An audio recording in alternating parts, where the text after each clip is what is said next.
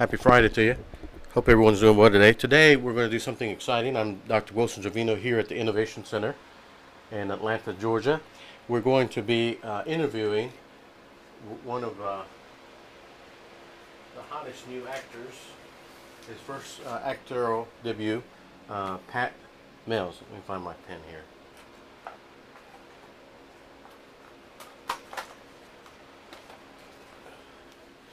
So what I'm going to do is we're going to call him right now in a few minutes. He is actually right now in Canada, and we're going to do a live interview with him. And any questions that you might have, I'll ask him online.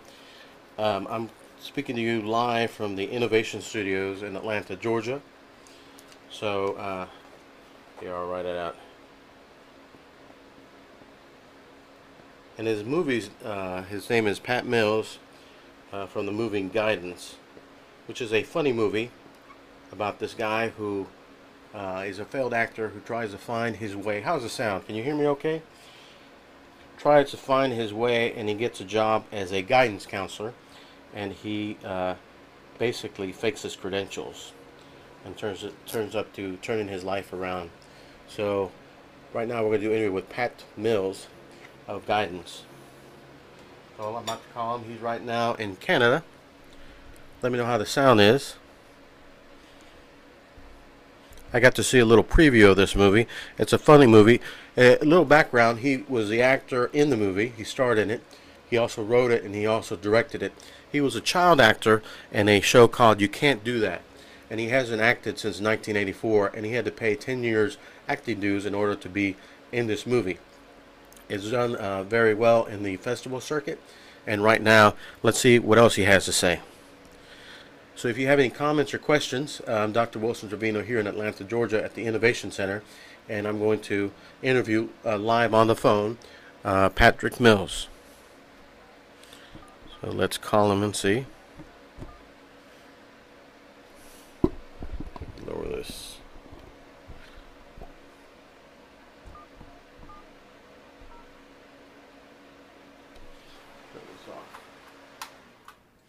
Little technical, the beauty of live streaming.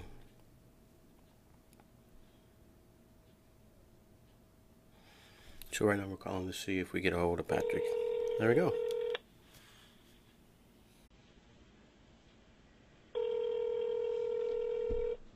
Patrick Mills, he's right now in Canada. He's been traveling a bit. Hello? Hello, Patrick. Yes. Do you go by, yeah, do you go by Pat or Patrick? Normally Pat. Oh, hey, Pat. How you doing? I'm doing good. I'm calling you from Atlanta, Georgia. Where are you in Canada right now? I'm in Vancouver right now. Oh, awesome. So what I'm also... And I live in Toronto, but I'm just here for a screening on the weekend. So I just flew in from Korea yesterday, so I'm actually a little jet lagged, but not too bad. Well, awesome. Well, I appreciate you taking time out of your busy schedule. I'm also live streaming through an app called Periscope. I don't know if you're familiar with it. It just came out a few months ago. And what it does... I've heard of it, but I don't understand it, but cool. That's right. Very cool. Well, basically, it works through Twitter, and it's an app that just allows you to live stream. So right now, Okay. Normally I would do these things. I'd be in my office on my bag eating Cheetos interviewing you, but now I have the camera on me, and then people around the world can hear you. Okay, cool. So you're all around the world. So that's cool. So Excellent. So I'm glad that you made it back okay from Korea. What were you doing in Korea? Were you screening it out there? Or? Yeah, it screened at like a teen movie festival there, and it won the Audience Award, which was pretty cool.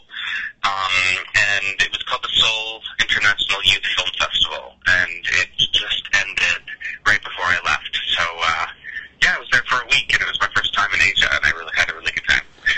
What do they think about America? What did you think about getting that insight into our slacker culture? How did I get... Sorry, can you repeat that?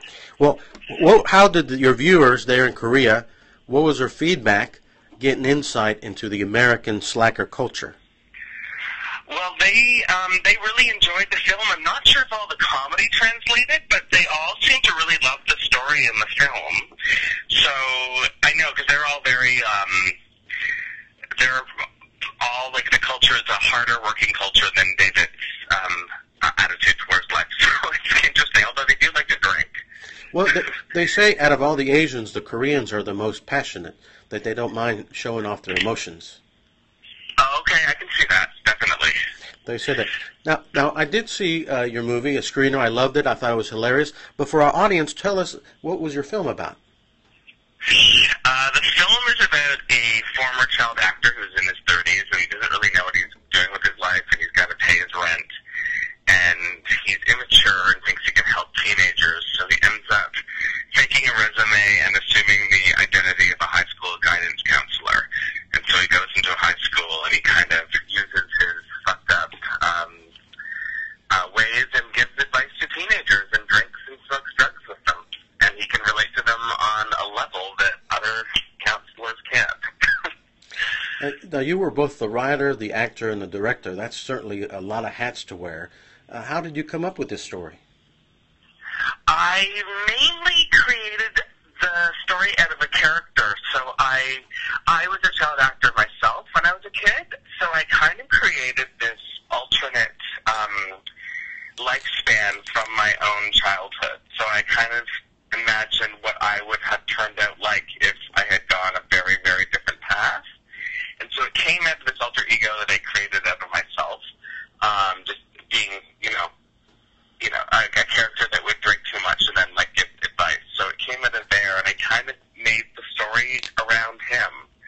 And it didn't take me very long to come up with the story. I had the character down, and I ended up writing the first draft of the script in about 10 days.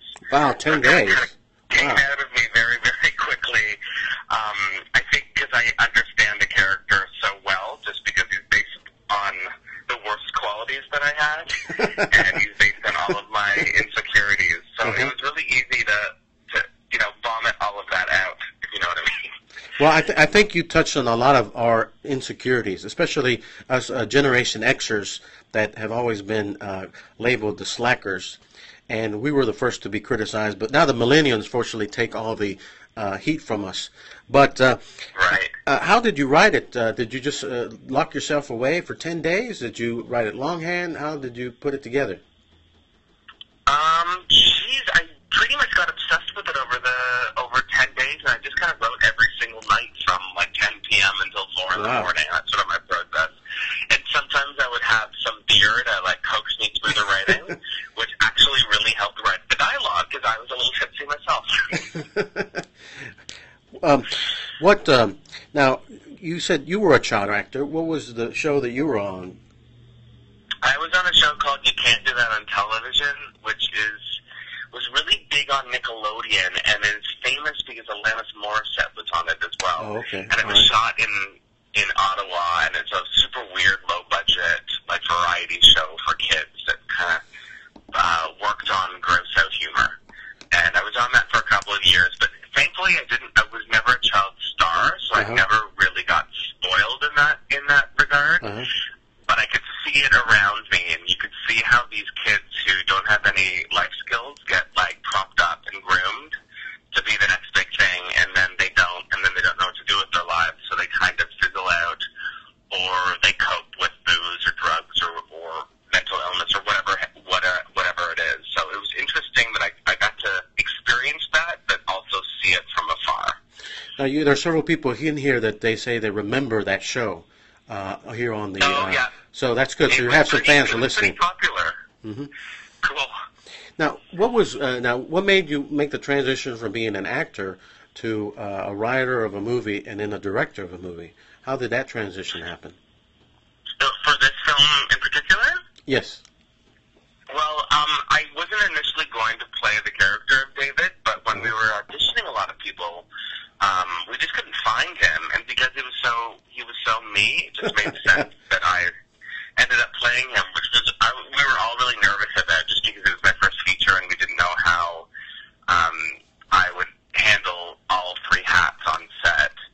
And I was really worried because I'm the kind of guy that if I see myself on video and I cringe, or photos of myself I cringe, so I was worried that I'd want to cut myself out of the movie. But it ended up being a really positive experience because I was able to direct the scenes with the actors from within the scene, and we did a lot of improv, and we shot with 2 cameras, so I was able to go off script quite a lot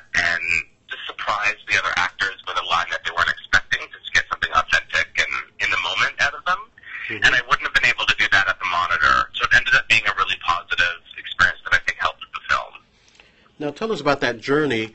This was an idea in your head. You wrote it out. How did you bring it to the big screen? How did that work? How long did it take to make? That's one of the questions someone asked here online. We shot the film over 3 weeks, 15 shooting days. Wow. That's fast. So it was pretty fast. Uh-huh. And, it was low budget, so we're running around trying to get everything to work. And thankfully, it looks a lot better than it normally would when you've got a budget or a schedule like that. And my producers were the ones who helped, get it to the next level. So I had the script. People really liked it. And my producers, Allison Richards and Mike McMillan, were the ones who really, took the script and were able to package it and bring crew in and get the financing together. So I know it wouldn't have been possible without them. And we have a funding agency in Canada called Telefilm, and they came in and they were very supportive. So we were able to make the film for a little bit of money, but it actually looks great. So I definitely, writers and directors need producers and financing. So we are very grateful for them. So now you've done the different festival circuit. How has it been received by the audiences, the first audience has seen it on the big screen? It's really, really great and really amazing to see that it's resonating with different audiences. So it's played international festivals, and it's played at queer festivals, but it's also played these youth festivals, and the one in Korea. And just all of these different people seem to take out or taking from it, and they seem to really love it. And when I was making the film, I was thinking in terms of a target audience, like a skewing female, post-university, cinephile crowd, but it seems to be hitting middle-aged men and teen girls from Korea. So it's actually really cool that it's resonating with a lot of different types of people, and a lot of people seem to really enjoy it. And I think it appeals to everybody's inner weirdo, which I kind of love. Well, what's funny is I grew up in the 80s, and I look back and I wish some of the teachers I had I could have been able to deal with as an adult now, because I could see a lot of my teachers, especially those scenes when you go into the teacher's lounge. All those teachers were kind of weird and unique in their own way. Now, what advice can you give to an aspiring writer or author that wants to make their story into a movie? That's one of the questions someone posed here on Periscope. Oh. Advice would probably be to be in it for the long haul, because things are going to be a lot harder than you imagine, but also don't give up. And if you're writing something, and if you are on page 50 of a screenplay, push through it, because that's when a lot of people give up. A lot of people, when they're writing, they give up halfway through their script because they don't know what it is about anymore. And I would probably say, in terms of writing advice, go back to what you initially intended when you sat down and wrote the script, and push through. And tell your story out loud to as many people as possible and get feedback. So what's the next project? Another question is, what's your next project you're working on? Are you working any movies, shows? Are you writing anything? I am. Well, I'm developing Guidance as a TV series. That's sort of in the back of my mind. And also, I just got finance for my next feature, which is a teen dance movie set in a retirement home. Oh, terrific. And it's called Don't Talk to Irene. And my screenplay has received a lot of support in Canada, and I won the Best Comedy Screenplay at the Oxygen Film Festival for that one. Yeah. So we've had a lot of traction with the script, and now we're starting to cast it, which is going to be a little challenging, because the lead is a girl who's a teenager, and she's fat. She loves to dance. So if you can think of anybody out there who knows somebody who is funny and can dance, and please send her my way. Oh, definitely. Now, where can someone see your movie? Or find out more information about it? Where can someone see your movie or find more information about it? GuidanceTheFilm.com, and we're also on Facebook, which is Guidance the Film. That's the backslash. And it's playing in Toronto. It opens today at the Tisdale Lightbox. And terrific. In New York City on December 21st at the Village East Cinemas. And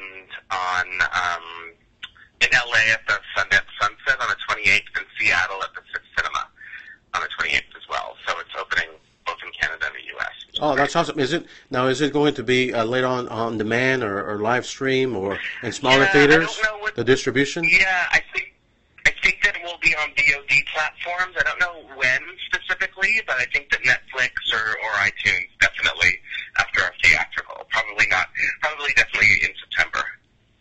So, your final question, what's your pitch? Why should someone check out your movie? I think because I would check out the movie because it's a dark comedy that has a big heart, and it's something that is familiar. It has a familiar type of comedy, but it also goes to a pretty dark place as well. So it's familiar and unfamiliar at the same time. I think that it makes you laugh, but it surprises you as well. Now, the last question. Since you played a guidance counselor, what would the old you right now, the mature you, tell your younger self if you were to go back and talk to yourself that was in high school, that character? Is there one piece of advice you would give that young you? Probably because I lost my virginity way too late in life, and it kind of created this weird. I marinated in my own sexual insecurities for way too long. I probably would have pushed myself to have sex with somebody. Well, and that was something that's actually the plot of another film that I've been writing. So I actually think that how I deal with the Rhonda character, the girl that I do the shots of vodka with, I kind of feel like she's me at 14, so I would probably do a very similar thing with myself that I do with her. Well, that's a good piece of advice, and thanks for your time. Good luck in your film. Please keep in touch. Let me know if you need any more. Spread the word. Are you on Twitter? Are you on Facebook? Are you on different platforms? I'm on all of them. Okay. What's your Twitter? My Twitter is @PatMills. Okay. And my Facebook, I don't know what the actual address is, but you can find me on Pat Mills. My profile picture is me. Oh, all right, cool. You know, I'm and guidance has the Facebook as well. Kind of a side note, has nothing to do with anything. My address, my road I'm on right now is Pat Mell, M-E-L-L. Oh, no way. Isn't that kind of funny? Oh, that's so funny. Pat Mell. Very funny, odd. All right, Pat, thanks for making us laugh, and check out this movie, Guidance. It's hilarious. I loved it, and makes you realize how you have to enjoy life as we go. And kids, you already got your advice from Pat here. Have fun when you can.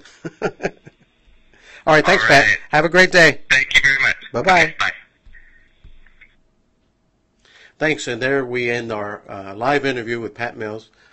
You can check him out on Twitter @Pat Mills. You can check out his website on the movie Guidance, and it's a dark comedy about a struggling actor who was a child actor trying to find his way, and he faked his credentials to become a guidance counselor.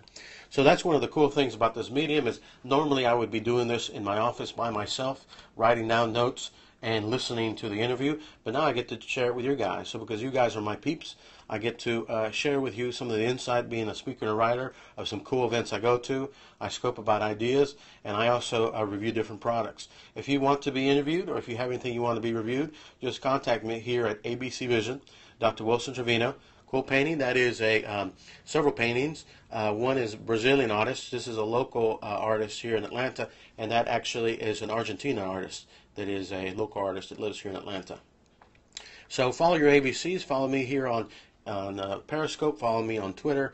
For those of you that are not on Periscope, but the online app, I appreciate you watching. For those of you that watch me on the replay or on YouTube, I appreciate you watching too. And remember, today, become a success and start living the life you want to lead. And thanks for watching, and we'll be talking to you soon.